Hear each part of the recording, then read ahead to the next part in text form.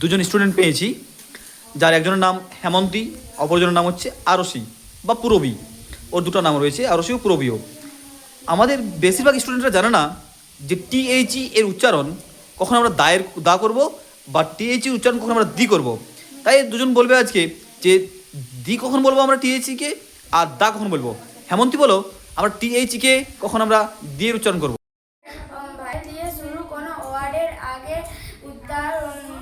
টি-এইচ-ই থাকলে তার উচ্চারণ দি করতে হবে। যেমন একটু এক্সাম্পল বলো। এক্সাম্পল, দি এলিফ্যান্ট, দি আইসক্রিম, দি অ্যামব্রেলা, দি অ্যাপেল। ঠিক আছে, আরশি বলো যে মানে অ্যাকচুয়ালি দা কখন বলবো আমরা, টিএইচ এর উচ্চারণটা কখন দা বলবো। কনসোনেন্ট দিয়ে শুরু কোনো ওয়ার্ডের আগে যদি টি-এইচ-ই থাকে তার উচ্চারণ দা করতে হয়। যেমন the dog, the cat, the girl, ইত্যাদি। Thank you so much for watching this video.